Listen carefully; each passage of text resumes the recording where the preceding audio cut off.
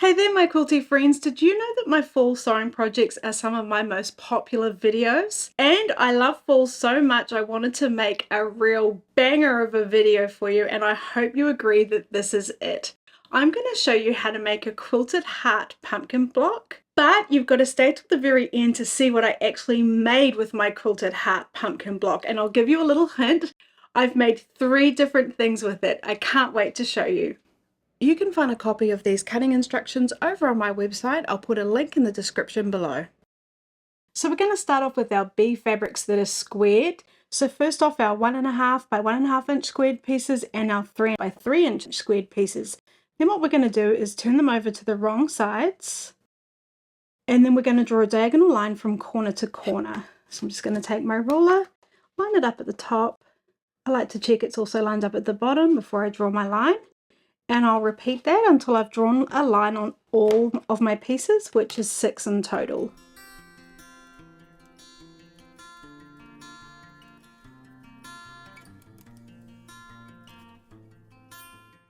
So now we're going to take our C pieces that measure 3 inches by 5 inches, and we're going to place them next to each other with the right sides facing up. Then with the pieces that we just drew the lines on, we're going to take the smaller pieces and place them in the top left hand and right hand corner of each piece, lining up the edges, and we want to create a V shape or our heart shape at the top there. So I'll do it with the second piece as well. So we're lining it up with all the edges, and then what I'll do is I will just pop some pins in place just to help it stay in place. This is optional. Now we are going to be sewing along that drawn line, so just be careful not to put the pin in the way of the drawn line. Some people don't worry about pins, but I'm a pinner, so just do what your preference is.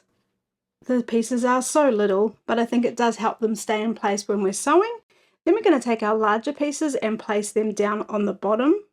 So we're lining it up on the edges and the bottom, and we want it to be coming from the side and down. And I'll put this one on this side so you can see. Sorry, I don't know if you can see the blue outline, but it is creating a heart shape. So we want to be creating a heart shape with both of our pieces. And then when we're happy, I am just going to pop a pin in again, just making sure all the edges are lined up nicely. Okay, now what we're going to do is just sew along all the lines we drew. So just starting on the very edge, I'm going to follow along all the drawn lines. I'm stitching at stitch length 2. I'm using wonderful confetti thread, and I'm sewing with a Juki TL 2010 sewing machine. And I'm not going to worry too much about what foot I'm using because we are just following along that drawn line. Removing the pins as we need to. Coming off the edge, cutting my thread, then finding the next line and doing exactly the same until I've sewn along all the drawn lines.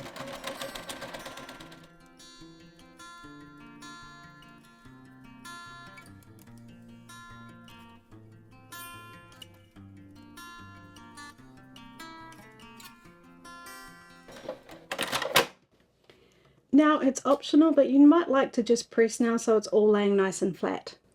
So now what we're going to do is cut a 1/4 inch seam allowance next to all the stitches that we just sewed. So I'll take my ruler, I'm going to place the 1/4 inch mark on my ruler on top of my stitches and trim this corner off. Then I'll repeat that for the other 2 corners.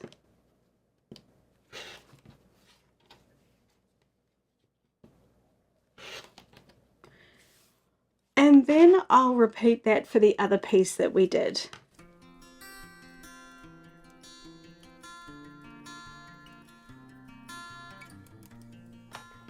Okay, once we've trimmed off all the corners, so that's 3 corners on either piece, we're going to press.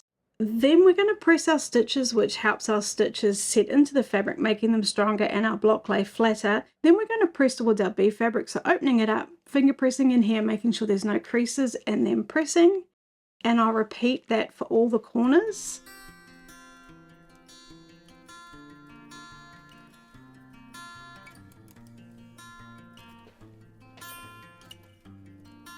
And then we're going to do the same for this side.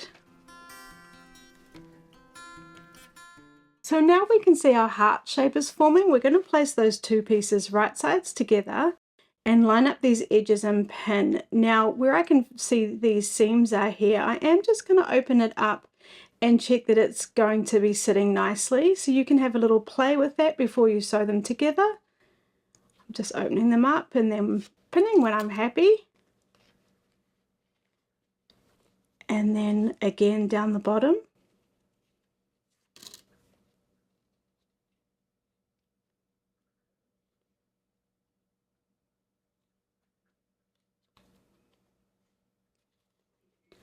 Okay, so I think that's enough pins. If you'd like to, you could use some more pins, whatever you're most comfortable with. Now we're just going to sew along this edge.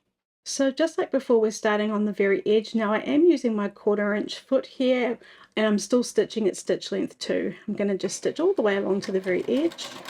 And when I come up to these seams, I'm just making sure they're going to be sewn down in the direction that they were pressed. And I can see that's bunching up a bit there, so I'm just going to lift up my foot and fix it. That looks better. Removing my pins as they get in the way.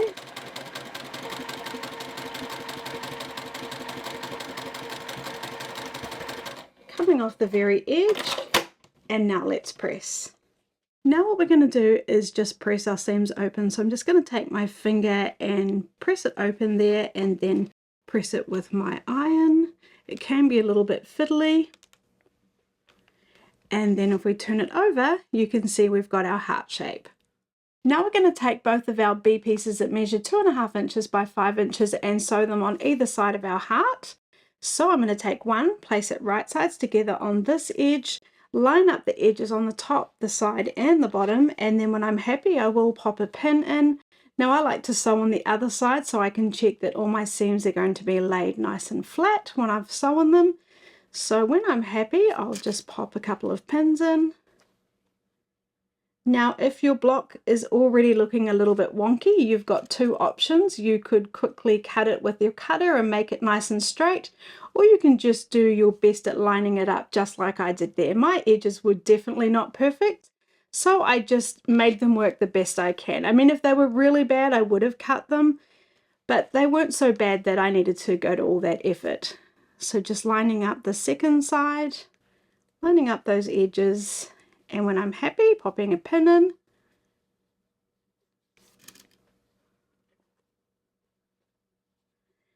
And then what we're going to do is just sew along the edges just like we have been. So just starting on the very edge and sewing down to the bottom edge, keeping an eye on these seams are getting sewn down in the direction they were pressed.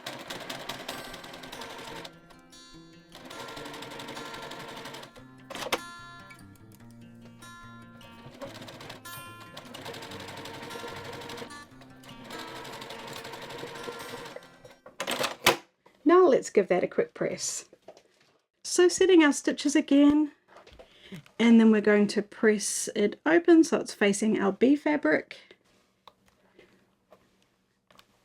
Finger pressing so we don't have any creases in there. So now we're going to take our A pieces that measure 2 inches squared, and we're going to draw a diagonal line on each of those pieces. We've got 4 pieces and we're going to draw a line on the wrong side just like we did before, starting in the top corner and coming down. And do this for all 4 pieces.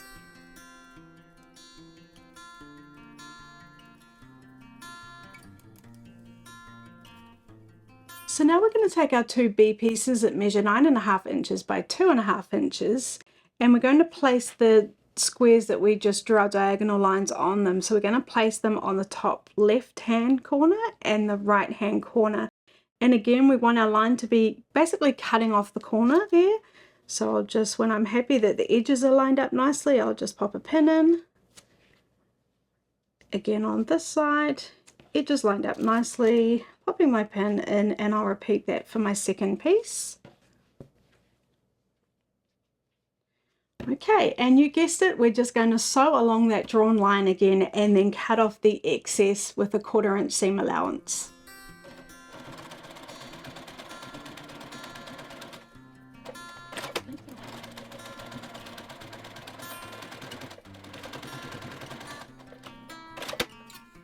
Okay, let's trim those corners quickly.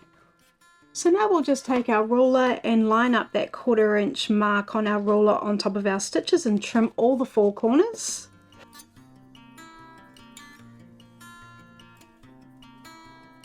Okay, now we'll press again. So setting our stitches again, and now we're going to press our fabric towards our B fabric, so bringing it up, finger pressing so it's sitting nicely, and pressing on all 4 corners. Oh, I can see I've got a bit of a crease in there, so I'm just going to fix that one. Okay. So now what we're going to do with each of the pieces we just pressed is we're going to place one at the top and one at the bottom, except we want it so that the corners are making our rounded shape.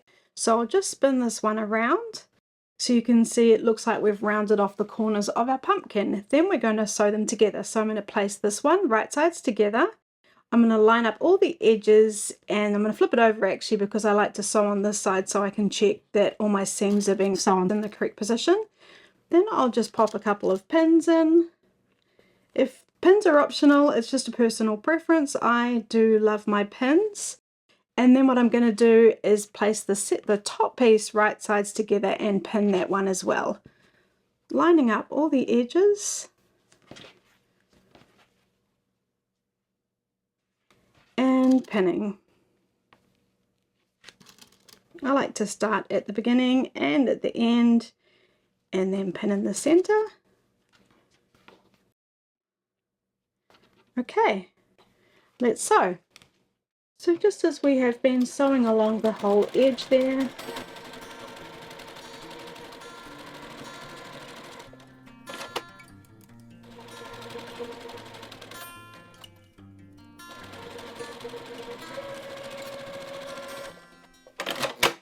and let's press again.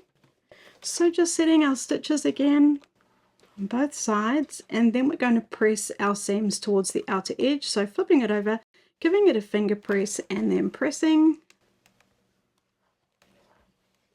I'll do the same on this side. Okay. So now we're going to make our stalk, and I'm sorry, I should have explained it to you in that way from the beginning. I should have said we're making the heart, the pumpkin in the background, but it just came to me now to explain it like that. So we're taking our smallest A and D pieces and we're just going to sew those together. So just placing them right sides together along the longer edge. Well, that's the only edge that would match up. Right sides together, popping a pin in, and we'll just sew along that edge.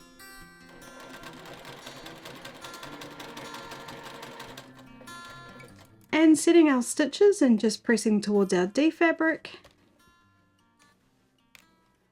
So now we're going to take our 2 A fabrics that measure 4 1/4 by 2 1/4 inches, and we're going to place them on either side of our stalk. We want our stalk piece facing down, and then we're just going to sew them to each side of the stalk. So I'm just going to take it, place it right sides together, pin, and then I'll sew along this edge, and then I'll open it up and pin this piece onto this side and sew. If you're enjoying this video, please do subscribe and hit the bell button so you don't miss out on another video. It really helps me out and I appreciate it so much. So just setting our stitches and then pressing towards our A fabric.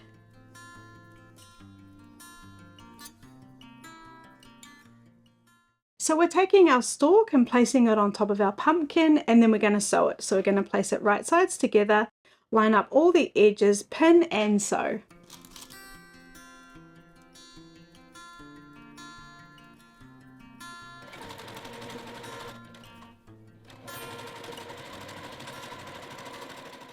So setting our stitches, and then we're going to press towards our outer edge. So finger pressing.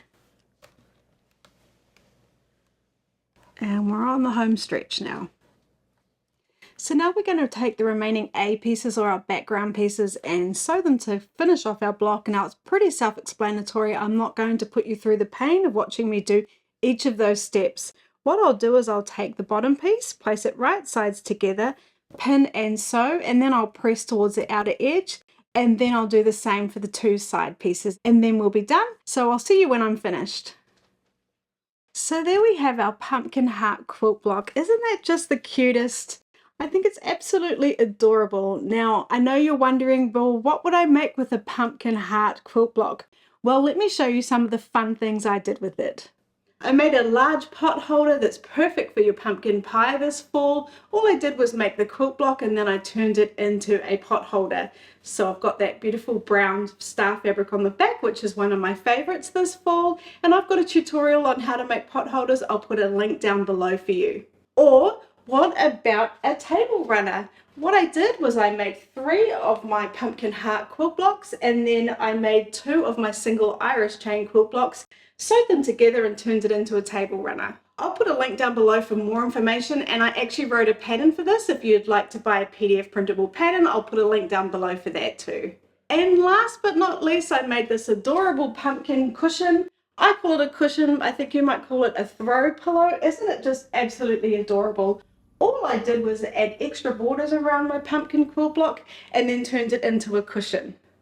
So there you have this year's fall theme project. Leave a comment and do let me know if you loved it. It was a little bit different the way I recorded it and the way I showed you some examples of how you could use the quilt block.